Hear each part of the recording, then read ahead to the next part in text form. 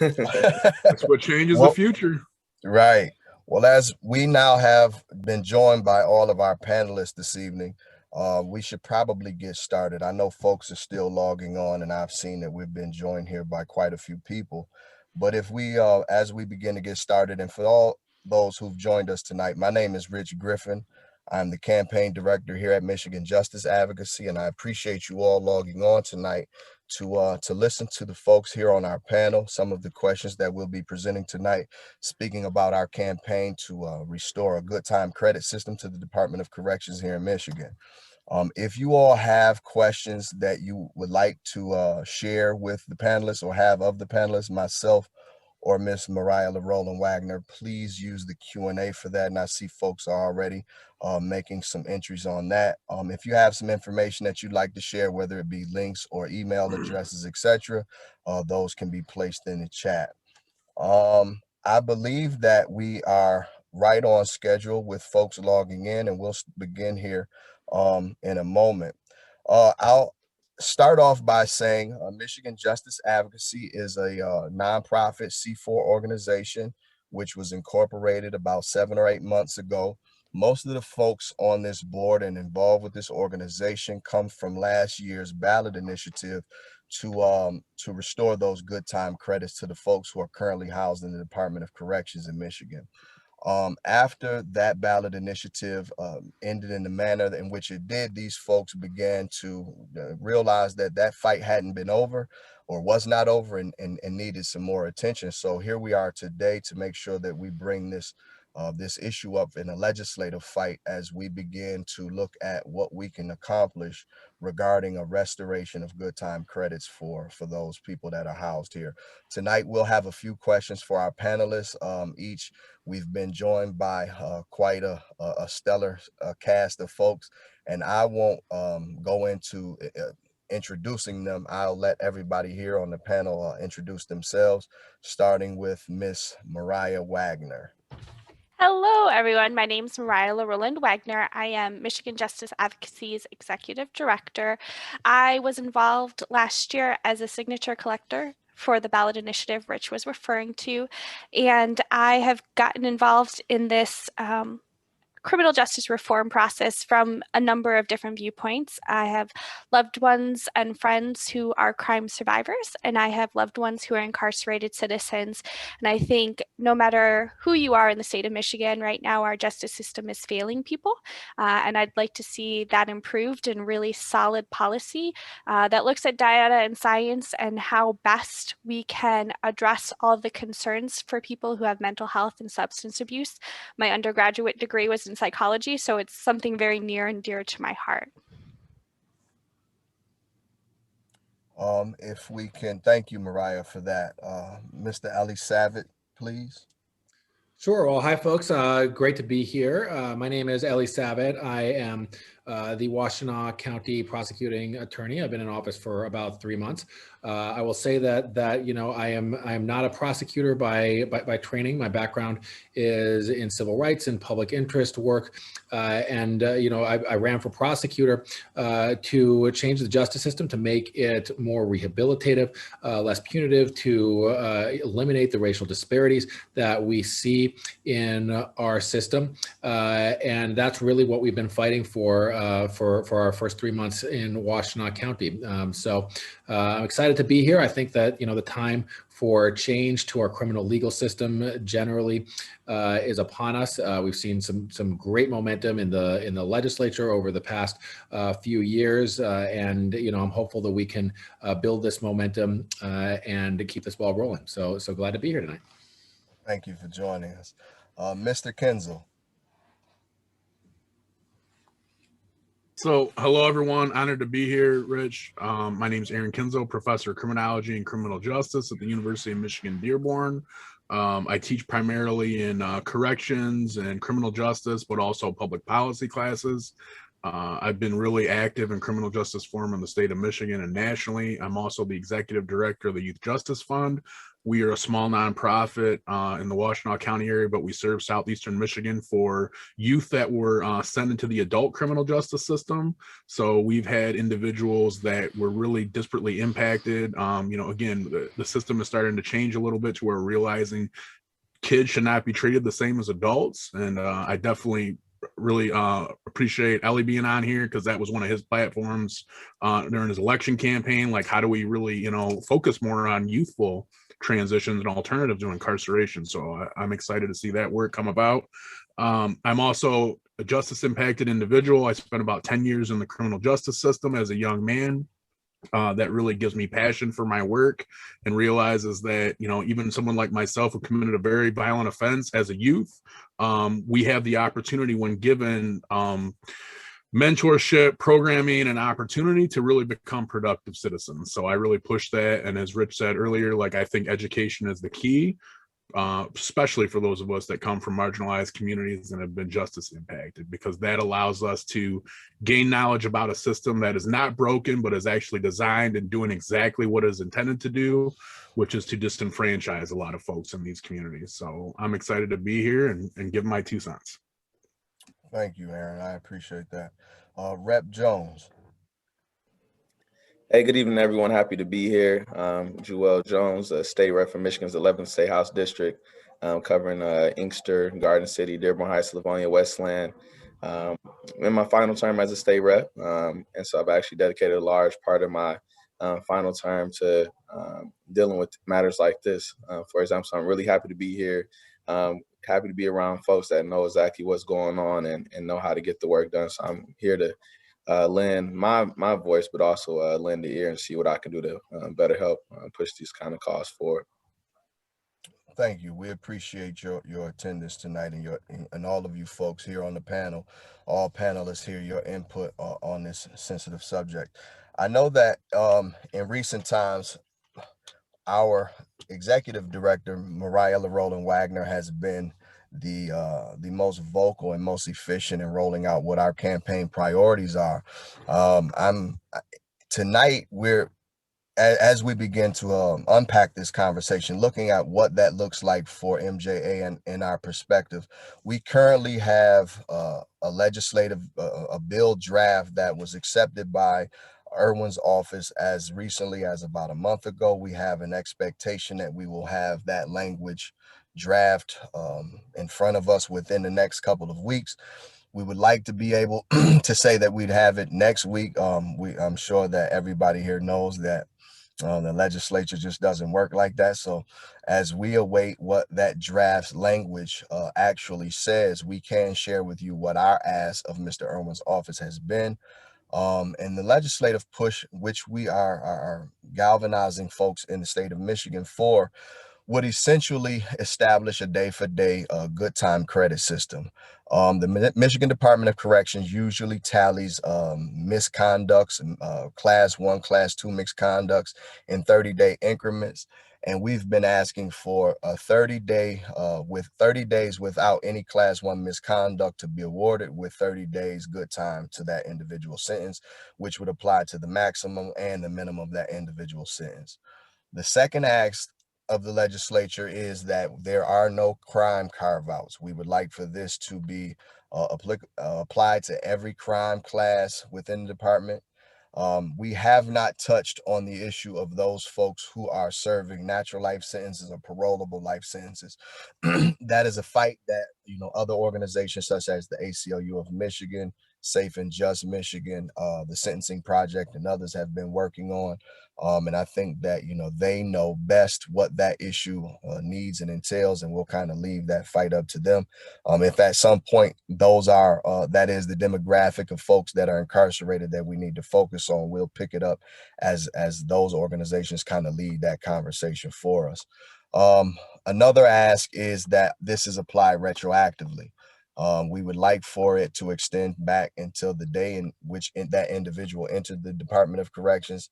And those essentially are the asks of what we have been presenting to the legislature here over the last several months. If Mariah, if you would like to add to any of that for clarity or context, please feel free to do so. And at this time, I'll be kicking it to you as we begin the question and answer session of our panel here tonight. Certainly. No, I think you covered that all really well, Rich. We have what we thought we've asked them for, and we'll see how it comes out from the attorneys and lawyers in Lansing. You know how they're wordsmiths. We'll see if their words agree with what our words are.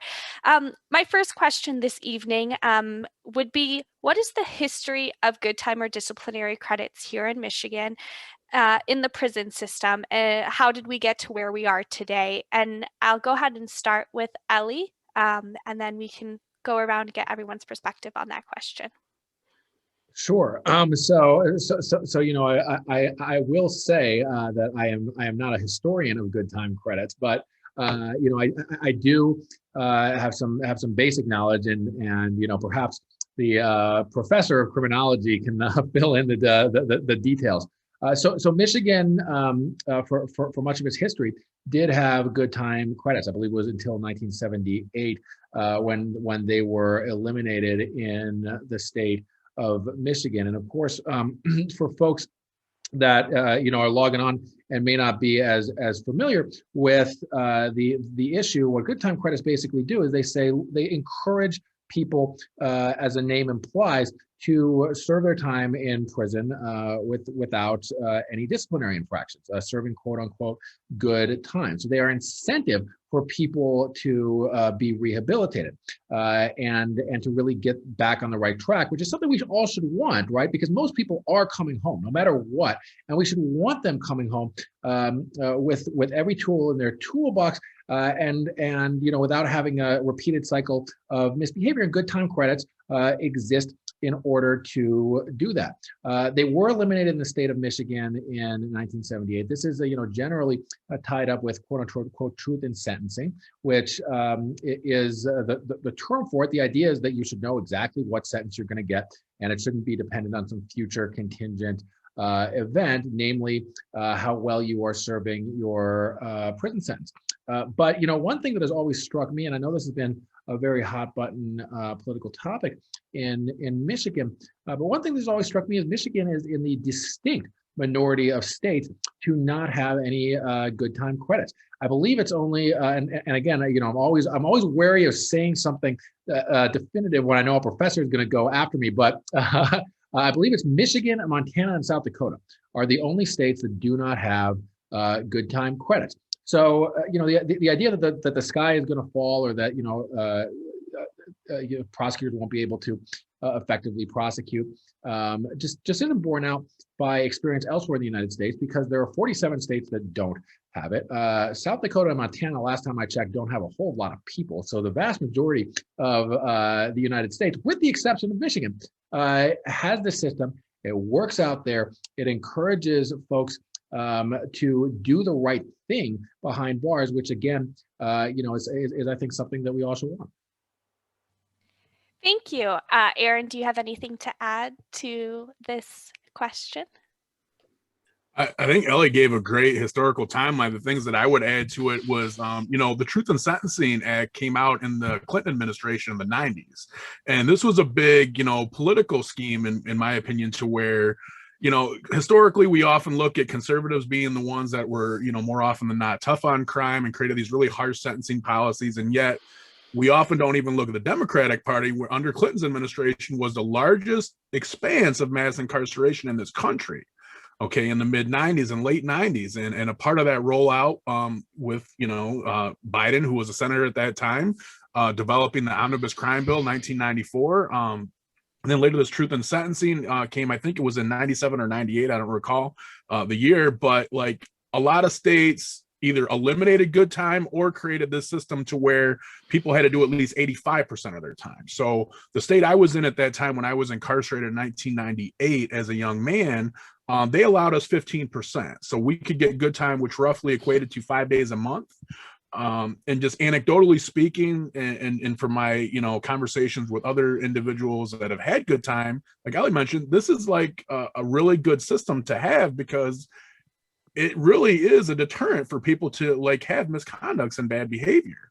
Like getting shorter sentence on your time, even for me, when it was 5 days a month, in the end, after I spent almost 10 years in the system, I got a year off my sentence, which was a really big chunk of time when you think about it. And particularly for those that have served with Michigan has these long and indeterminate sentences, you know, where they're doing 20, 30, 40 years, you know, that could like release tens of thousands of people, you know, if there was a retroactive thing. Like I honestly, I think that's a big push. Would I like to see it happen? I think that would be a great thing. Is it going to happen? To be very frank, I don't think so. I think you guys are going to have to meet somewhere in the middle, but I think that's interesting. You know, start from the top and see how you can get. But just overall, I think, you know, historically, we've got to look at this as a really draconian policy. We need to revisit it. We need to like find ways to allow individuals to move forward in their lives and come home safely. And I would add like pieces that should be incorporated in bill revisions would be looking at ways that we can expand post-secondary education, trauma-informed care, therapy, mental health services. All those should be included as also elements of not just good time or the misconduct piece, but like maybe there's even an extra component for someone that gets an education, that goes to therapy services, substance abuse. These could be like a tiered system in which you may be able to get the maximum amount of credits for participating. And I think that would kind of help shut down some of the individuals on the other side of the fence that may be concerned about letting people out with really long records. So that's all I have on that. Thank you, Aaron. Jewell, is there anything you'd like to share? I think they both covered it all. I'm relatively new to the conversation as far as it relates to good time credits, but yeah, I'm learning right now too. Awesome. I will share, we are, like Ellie was saying, one of a few states. There are approximately 5 other states in the country that do not have a good time to earn time credit system. We are one of only 2 states in the country, though, that do 100% truth in sentencing. Like Aaron was mentioning, many states took the federal guideline of 85% when they chose to implement that policy. It was directly tied to receiving federal grant money. We have not received a dime of money from the federal government for those truth in sentencing laws since 2001. So it's 20 years past due.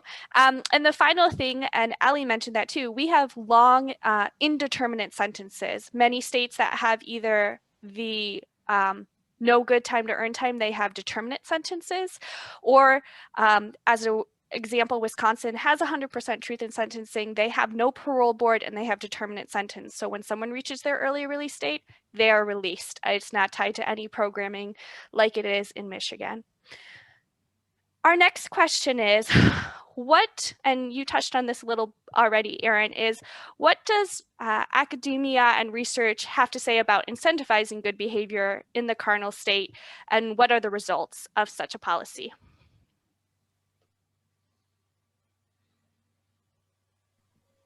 So incentivizing prisoners and getting them connected to, like I mentioned, like programming, those have some of the greatest statistics as far as recidivism reduction. So for example, a RAND study that was created quite a while back did this meta-analysis of post-secondary educational access in carceral spaces. And they found that even just taking 1 or 2 classes dramatically reduced recidivism rates by 43%. Like there's nothing else out there in the universe that has numbers like that. So to incorporate something like this into a good time bill, or however you want to change the wording depending on how this comes out, but like something like that will actually enhance public safety. Yes, it will allow people to go through the system a little bit quicker and come home earlier than was initially intended, but like it's a win-win for public safety. You're training people, you're giving them the skill set, and if you add on mental health and other pieces to that as well, they're going to become, it's not guaranteed, but more likely than not, statistics will say, if they age out of crime, that's one piece. So if they're in their mid-20s and later, they're less likely to be involved in criminal behavior. You add on educational access or therapies. And also another big problem that we have in Michigan, it's a little outside of this, is like the visitation policies that we have because of COVID. Access to family and visitation is shown to dramatically reduce recidivism rates as well. So people need those human connections, and they need programming, and they need things to incentivize them to help them better themselves. And then, you know, obviously that improves our community as they come home. Thank you. Ellie, did you have anything you'd like to add to that question? No. I defer to the academic for citing what academia says. Perfect. My next question is, and we'll start with Jewell with this question is, what is the current makeup of the Michigan legislature and what would it actually take to pass this type of legislation? So right now, it's definitely we have the executive office is Democratic, as many of us know, but the House and the Senate is still a majority Republican. Now, I think, putting that to the side, the appetite to pass this kind of legislation and to do a lot of criminal justice reform, sentencing reform is definitely there. Now, I agree with Aaron though. Some of the measures that we would love to see that we know should probably happen, those kind of things, we had to cut it off and take it, in different steps and strides, is what I would say. And so Republicans definitely have the numbers, but the Democrats are there, but the conversations are still able to happen. What I definitely think we need to do, I've always been big on meeting people where they're at. So I think a lot of times we have to show some of the messages that we're familiar with to other people, because we're all socialized differently. So sometimes people are not able to really grasp what's going on inside, and not really able to see the transition from folks that are even coming outside, transitioning back to the community. And so I think sometimes people miss that whole point. They look at prisons and they think that certain people got convicted and they're just a bad person. If I had numerous persons, and even a guy, Kevin Harrington, come home last year. I'm not sure if you're familiar with him. He was fully exonerated from my hometown in Inkster. He served nearly 18 years, wrongfully arrested. He went through 4 murder trials, came back home. So we have, a plethora of people who are incarcerated, who are innocent. We have other people who are in there who might have made mistakes or did something back in the day, who have been through a lot of program and education to get out of it. So I think we have to highlight those messages and really show people that, cool, these people might be behind bars, but we have a lot of brilliant minds back there. We have a lot of folks that can really contribute to the community and really move Michigan forward, really move our entire world forward, if given the opportunity to get out. So I think we just got to figure out, how do we get those messages to my colleagues, and once they really see that and they see the potential, things will begin to change even quicker. And I'll throw that question next to Ellie, because I know your colleagues are also ones that are controlling the temperature in many ways on this discussion. Yeah, and I agree with Representative Jones on meeting people where they're at, and thinking about messaging. There are a number of reasons that it just makes sense to support good time credit. Number one is, from my perspective, it really is about public safety, because again, 90% of the people that we send to prison are coming back. Right. And so we should want to incentivize them to serve their time well, to engage in good behavior, and to come back less dangerous than they were before. But when you remove an incentive for good behavior in prison, you undermine that goal. You also put corrections officers at risk, right?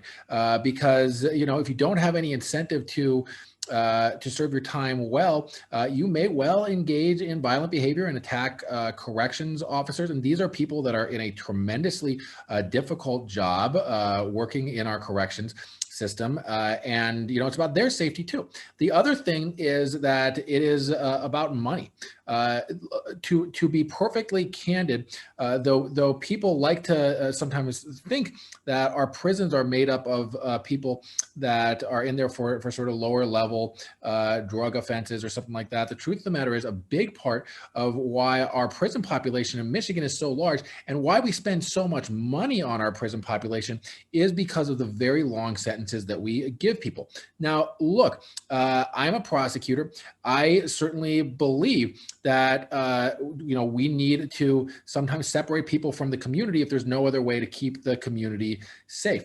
But it doesn't do us any good to keep people in prison and continue to pay the $40,000 a year to keep people in prison past the date when they are dangerous to the community. And, you know, one way that you can show that you are no longer a danger is through your actions. You couple this with the fact that, you know, many people age out of crime. They, you know, it is very, very rare that, you know, people that, frankly, that are my age, and people, I feel old these days, but people tell me I'm not that old. I'm 37.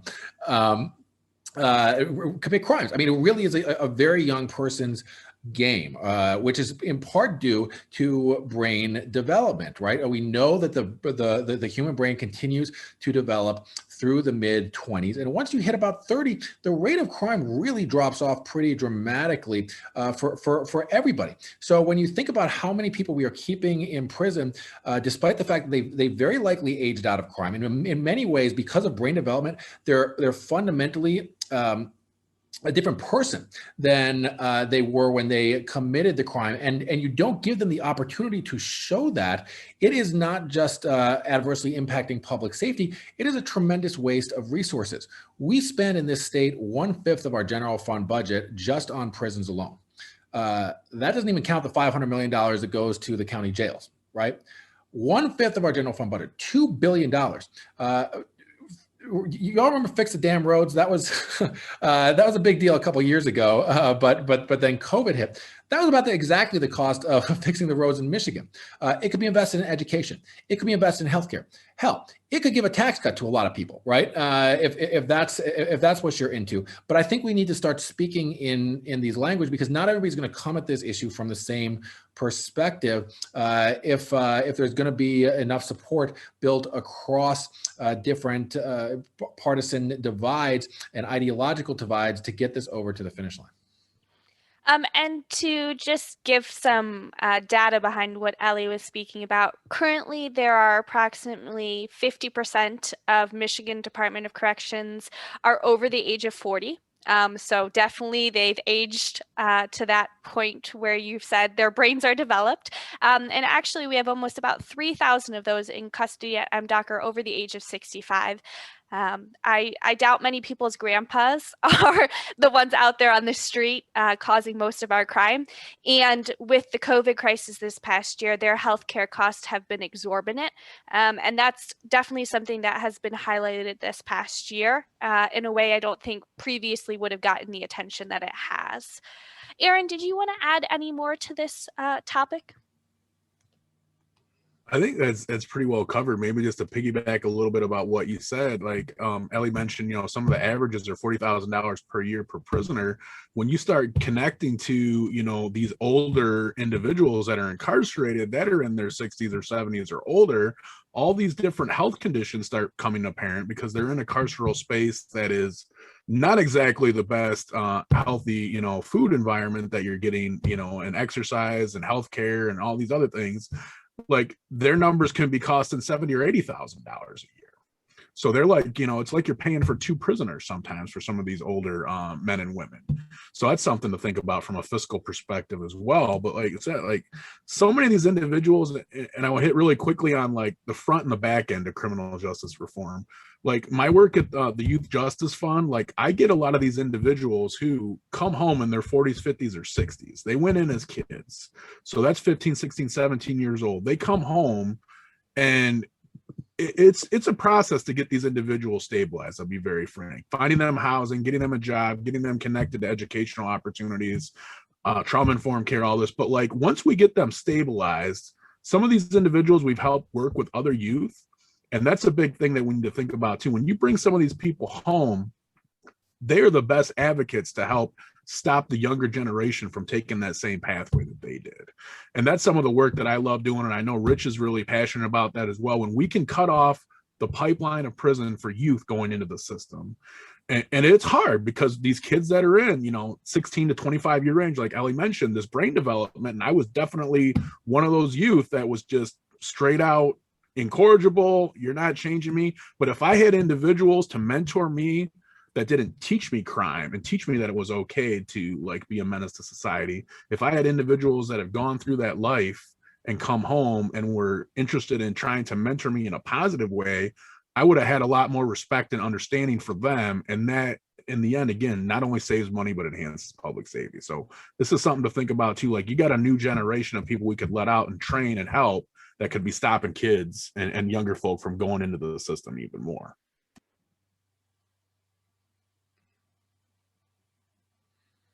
So it looks like we have a few questions from our audience. One of the first questions we have here is in regards to, we recently passed a number of bills last year that had to do with jail and probation reform.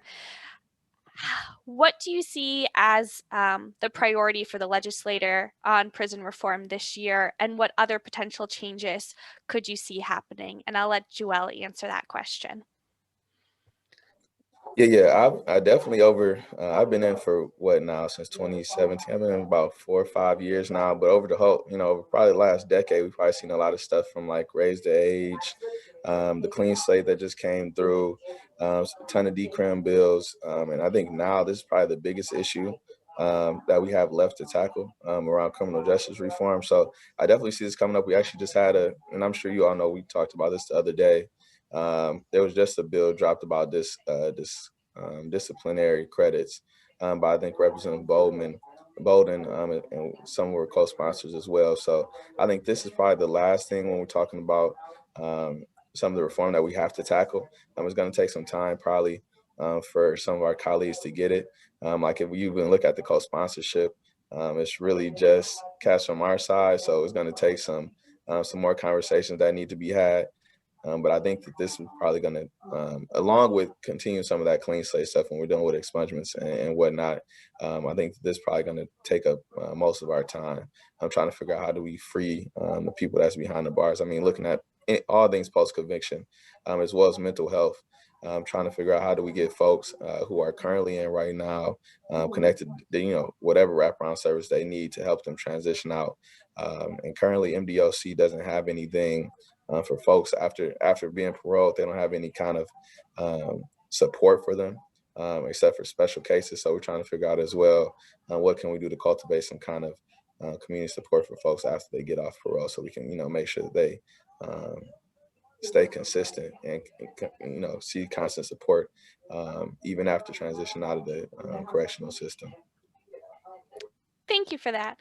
And then I think we have another question here that we have written is, from a crime and punishment standpoint, there are many who feel like you do the crime, you do the time. And so from your perspective, why wouldn't people feel like we should reward this good behavior? Why wouldn't they want us to put these type of policies in place? And I'll go ahead and let Ellie start with that question. Sure. So again, I think it goes back to why are we sending people to jail or prison in the first place? And at least in my view, that is because your actions have shown that you are a risk to public safety and you need to be separated from the community. So you did the crime, you are doing time. The question fundamentally is, how much time are you doing? And you should be doing as much time as necessary to keep the community safe, in my view, but we don't do anybody any good. We waste money. We are, putting people behind bars in cages for long periods of time when we hold them past a time where they can reasonably be thought to be dangerous again. So this isn't about giving a free pass to anybody. It's about taking a more tailored approach to public safety and really encouraging people to be rehabilitated. Again, in many ways, we can take a more carceral and punitive approach to criminal justice, but doing so does not keep us safer. And that's just borne out by the statistics. The United States incarcerates more people per capita than any country on the face of the planet. We are not the safest country on the face of the planet, not by a long shot. So what that means is that more incarceration, longer prison sentences do not lead necessarily to public safety. So we need to be a lot smarter on crime. There are consequences for the actions. I don't think anybody that is in this space is saying that there shouldn't be. But the question is, how tailored should those consequences be? And how can we encourage people to get on the path to rehabilitation? Again, given the fact that 90% of them are coming home anyway. So this isn't inconsistent with public safety. In my view, it supports public safety in the long term. And if I could just piggyback on that too, I would just say, because he's saying 90% of these folks is coming home. I think the question is simple. We have to figure out who are we mad at, who do we want to punish. If we keep locking people up without providing some kind of comprehensive rehabilitative approach, we're fixing nothing. And that's the thing to highlight, especially when we're having these conversations, that if we're just throwing someone up, locking them up for no reason. And I think Aaron was talking about the programs and different things of that nature. We just got people sitting around, lifting weights, doing, their jobs, whatever we think is going on in there, and not actually creating an environment that's fostering some kind of change within them. We're going to be suffering from the same problems over and over again. And then the prosecutors as well, and not to come after you, my brother, but we have a huge issue with prosecutors as well, because I was even working on some legislation trying to clarify the difference between a high and low misdemeanor and high and low felonies, because we had a lot of individuals that the attorneys might tell them that we can work out something, we can give you a high misdemeanor, and sometimes that conflicts with the federal level. And so I've had a lot of conversations back and forth with prosecutors, even that they're used to this process that they've been working for a long time, and they're just not willing to change. So we have to figure out how can we get people to come to that soft spot and compromise, so we can actually figure something out and get somewhere. Aaron, did you have anything you'd like to share on that point?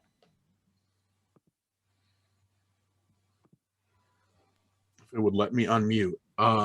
So, a lot of it has already really been hit on, but I think we got to really go back to the point, what was the purpose of prisons? Again, I think they're actually doing what they were designed to do, and it's not to reform people, and it's not to rehabilitate them. So I think we've got to look even beyond the good time measure here and really think effectively, how do we change policy in a broader sense to where, like Ellie mentioned, a vast majority of these people are coming home. And the question now becomes, do you want someone that, perhaps went in as a hardened criminal, gets no programming, no connection to family, just stays there and really has no possibility or incentive to come out? Do you want them to be your neighbor?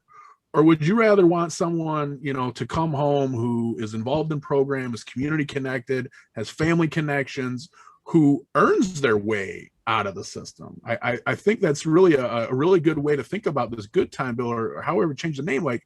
It should be a merit-based system to where people rehabilitate themselves, but they need the Department of Corrections $2 billion to do that. So that means I don't think we should exceed the $2 billion, by any means, but we need to find ways to reallocate some of that money.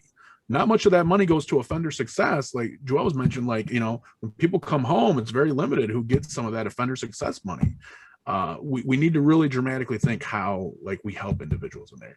And that's going to be hard from, people that we have, and I'm not even getting on the left-right divide, but just there are some tough on crime folks that think, do the crime, do the time. But in reality, all the evidence says the contrary, to where if we support individuals, regardless of what it is they did, I worked with some of the most violent individuals that went into prison.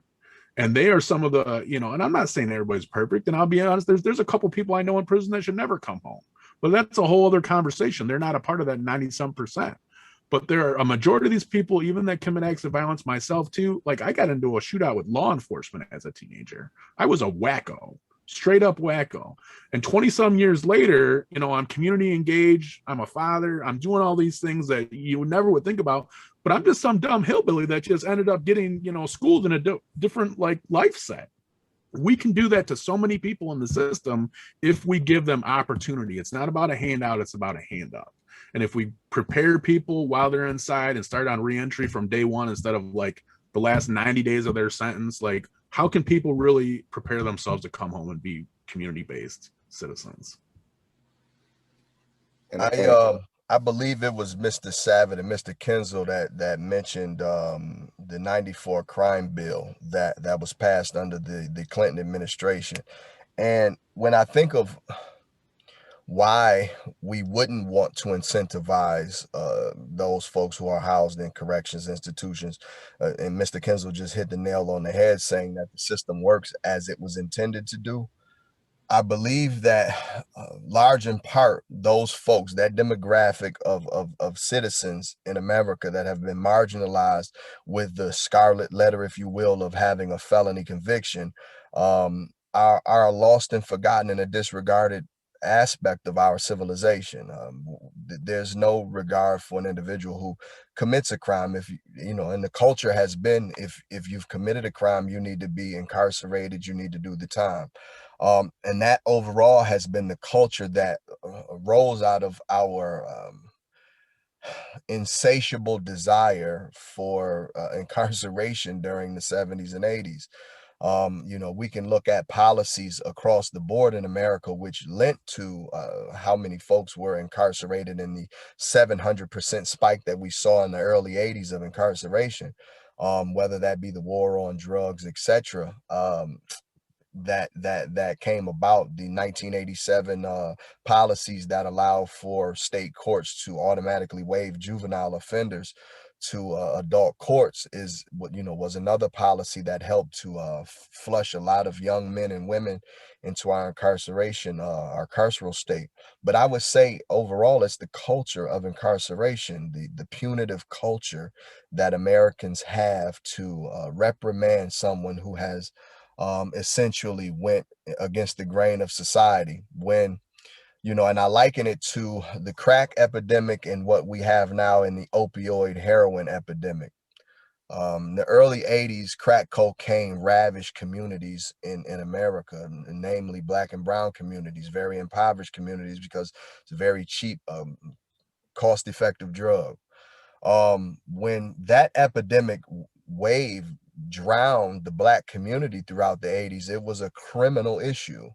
The corrections departments flourished. The business model of corrections flourished from that epidemic, but it was seen as a criminal epidemic. Today we have the opioid epidemic, and it's seen as a public health issue. We've taken a different pivot. We've pivoted our position culturally on how we view those things, and I think it's time that the cultural needle moves first, because, you know, as Mr. Jones knows, as Mr. Kinzel, Mr. Savit, and everyone here who is you know, astute or aware of, you know, the legislative process, we can change any policy that we want to. Let's get behind the policy and move, you know, push, you know, several $millions behind it, and I'm sure we can get it passed. But do we change the culture? You know, we were asked at one point in some of our conversations with, you know, House representatives, senators, and prosecutors alike, have we thought about going an administrative route? And, you know, we've never been able to trust MDOC to follow through with their policy. So like that would, while, you know, we can burn the candle from that end, I think that the cultural needle is what needs to move, while moving simultaneously with the policy, but it needs to move a little harder, a little quicker, because our culture as Americans, as Michiganders, we have a very insatiable need to see this illusion of a crime wave here in Michigan approach from a crime and punishment lens that is archaic and out of date. And to Mr. Kinzel's point, he being formerly incarcerated, I myself being formerly incarcerated, I think of, what if, you know, 4 years ago I was never released from prison. I was serving a life term as a juvenile defendant. And had I never been released, I'd never be in this conversation. I would never have met some of the wonderful people that I've met, and been involved in some of the wonderful work that I have been in. And I look to so many friends of mine who are still incarcerated, who have much more talent than me, much more passion than I do, much more education than I do. And it would be a shame for us to not be able to experience some of the intelligence and the genius that is inside of those institutions. To piggyback a little bit off of what Ellie had been talking about and Aaron has pointed out, in our Department of Corrections, we do spend $2.3 billion here in the state of Michigan. We are #1 in the country for the percentage of our state budget that we spend on corrections, significantly more than some other states, even places like Texas and California and New York, who have significantly larger populations. Unique, though, is 75% of that budget goes to the Department of Corrections staffing. That is staff salaries. So 1 in 4 employees for the state of Michigan work for the Department of Corrections in some manner. But to Aaron's point regarding the amount that we are spending on offender success and reentry, it's a very, very small portion. It's approximately 3% of that amount. And in our conversations with sheriffs and chiefs of police across the state of Michigan, that is one of their biggest concerns, is reentry from Department of Correction is not necessarily very successful. Someone is sent out the door with the clothes on their back, their 30 days of medication, and said, best of luck. And in order for us to be able to really help be successful in helping people re-enter society and reintegrate, we need to really think about what programs and how we can allocate more money to those programs to reduce our recidivism rate. Like Ali was talking about, these people are returning. We want them to be successful as our neighbors and friends. And we believe using a good time policy like we have implemented, the ability to remove people from being warehoused at the Michigan Department of Corrections and move them out into the streets would free up a significant amount of money that could be used for more successful reentry programs. In our current state, if nothing is to change in the way laws are, approximately 6,000 people should come up on their early release date in the next year. If a policy like this was to go into effect, about 12,000 people would be eligible for early release in the next year. It's a significant change in the structure of our system, and it's a way, as some conservatives have told me in conversations, well, we can get them off the state taxpayer roll and put them on Medicaid, and they can get their health care from Medicaid and save us a few money. And if that's the viewpoint that sells the idea to you, then I'll take it. But either way, whether you're looking at it from a fiscal standpoint, a public safety standpoint, or a human standpoint, a good time policy incentivizes all of those type of things. And I think that's really important for everyone to view, that it doesn't matter what viewpoint you're coming from, you can find something to agree with us on this topic. We have a few more questions. One of them is, what is the alternative for incarceration in your viewpoint? And what are some things that you are currently using, Ellie, instead of incarceration? Sure. I am a big fan of diversion, deflection, restorative justice, all of which are ways to keep people out of both prisons and jails, but also, quite frankly, the criminal legal system generally. And I'll talk a little bit about these various models. Deflection, which is what I favor in a whole host of cases, means that we never, as prosecutors, ever file a criminal case in the first place. What deflection means is if we can get you help and treatment and resources that you may need to deal with an underlying behavioral health, mental health, substance use issue, and you can complete like a program, you can go down the path to where you're going to be successful. What on earth are we even doing bringing criminal charges in the first place? If you do that, we've addressed the root cause of what's brought you into the criminal legal system. And why would we go through the process of saddling you with a criminal record, which can really impact somebody's ability to move forward in life?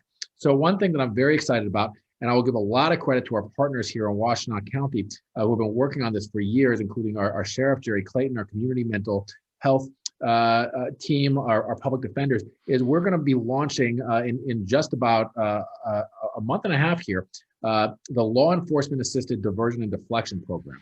And what that means is, it's called LEAD. That's the acronym.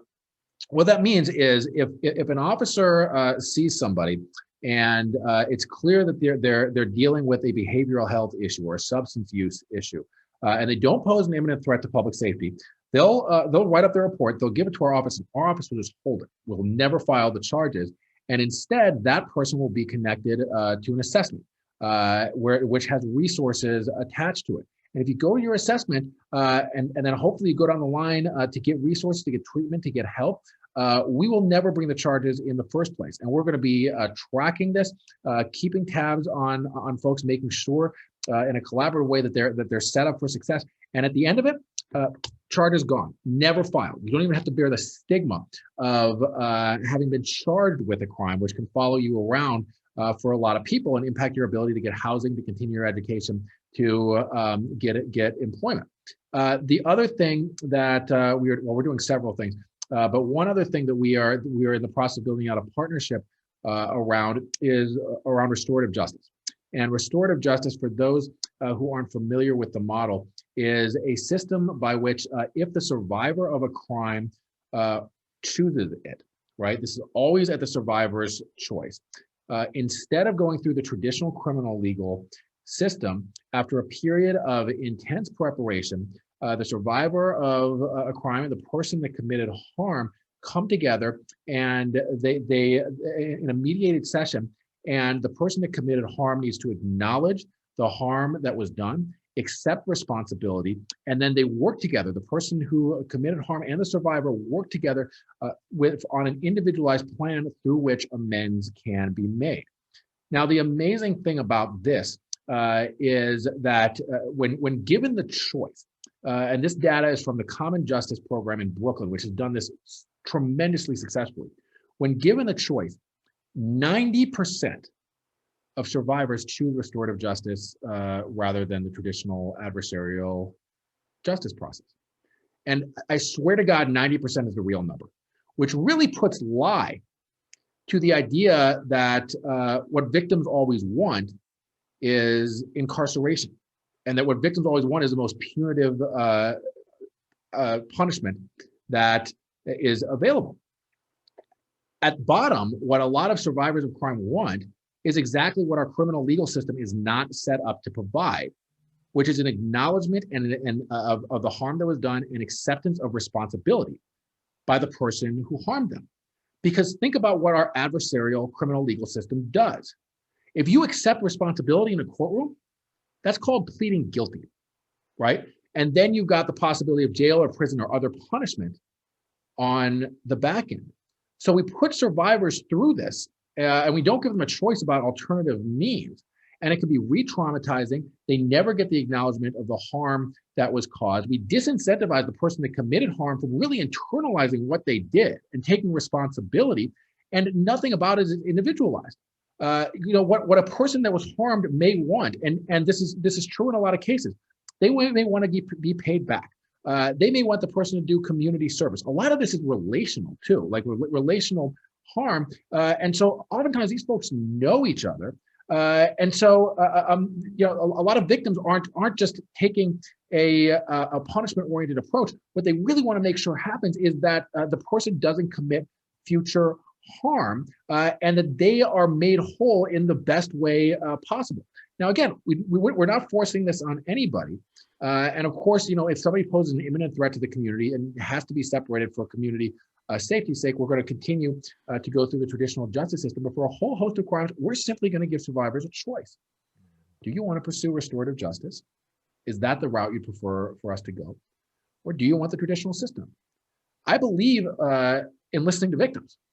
But listening to victims actually means asking them what they think, not just standing up there and saying, we stand for you because we have a one-size-fits-all approach to justice.